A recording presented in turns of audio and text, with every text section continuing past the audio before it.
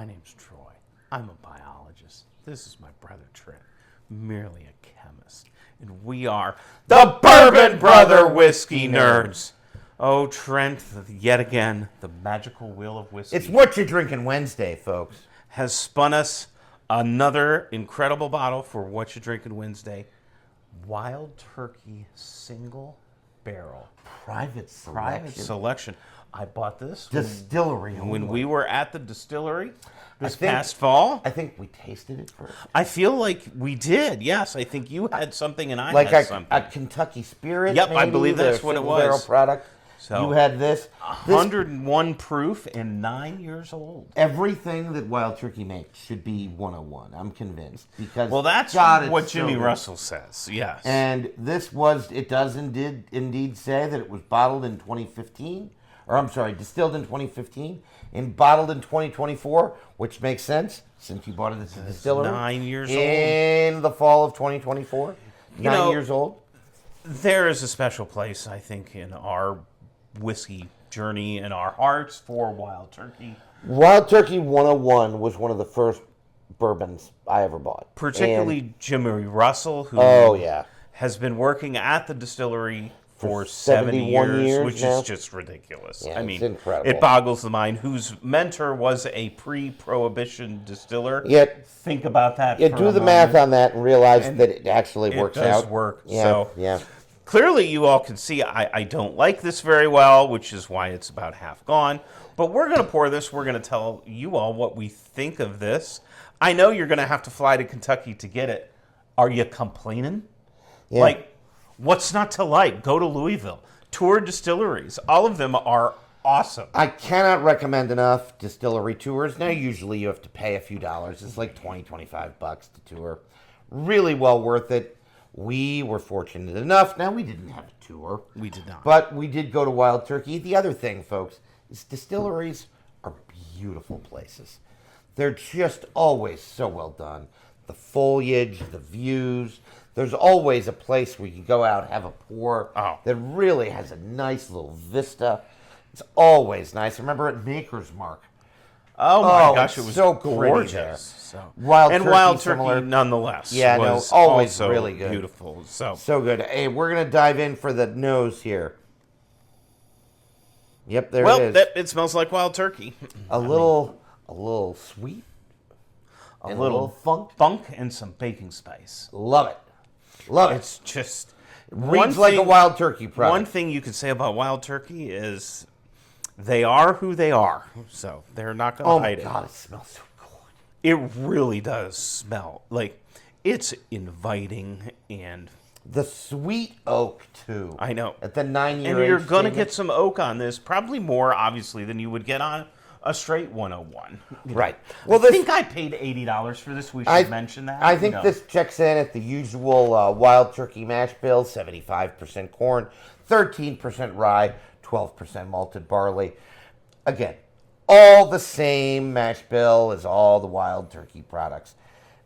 And I don't think Wild Turkey runs more than one mash bill. I'm not sure they do. I think all their stuff runs at one mash bill. So all of the flavor differences are aging single barrels proof, which really is a testament to the skill of the people there. Not just Jimmy Russell, although obviously he's on the list, but all the folks there that work at Wild Turkey. So good. It really does smell good, so folks. Good. All the traditional notes you would get, even on a $27 101. Toffee and... Yep. There's a whiskey tuber out there who I will mention by name, but obviously we have a lot of respect for these folks in the whiskey tube community, calls it a sweet and sour. Sweet and sour, yeah. And he refers to it as the sour, I think, is what we're picking up as the funk. Yep. Right? And I think that's sort of fun, right? Like, everybody reads that a little differently, but very true to form. It's not a departure for Wild Turkey.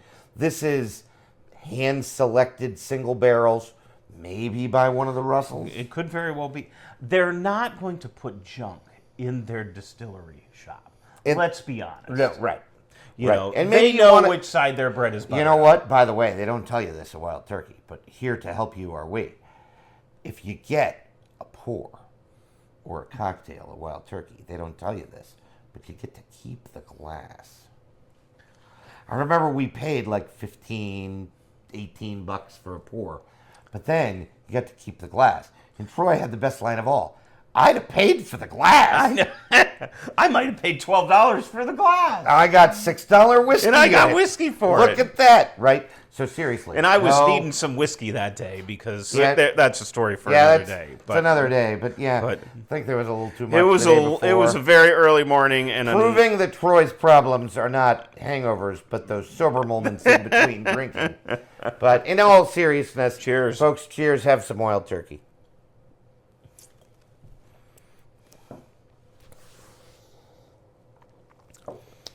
You know what? Oh man, live, that's good. You know what? It's missing a little bit of the sweet and sour on the palate because oh my god, the oak. I didn't get as much oak on the nose as I am on the palate. This, I think, really turns up the oak on your typical 101. No, it does. It does, and that's cool. It's gonna morph a little bit more into those earthy, vibes. Maybe a little tobacco, maybe a little leather coming. The finish. So good. Just sparking up there. I mean, it still has all those classic wild turkey profile flavors that you love. I think it's just reading a little bit more oaky on the palate than it is on the nose. A little bit of astringency, some drying on the sides of my tongue is coming. Don't have any problem with it at all. But the sweetness, the butterscotch notes, the toffee notes. Well, and the mouthfeel. I know, and it's creamy really and oily and just delicious. Yeah. It's Wild Turkey 101 with the dial turned up. Yep.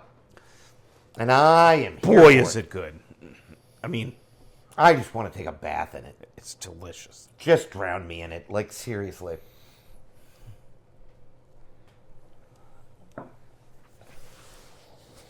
Oh, man.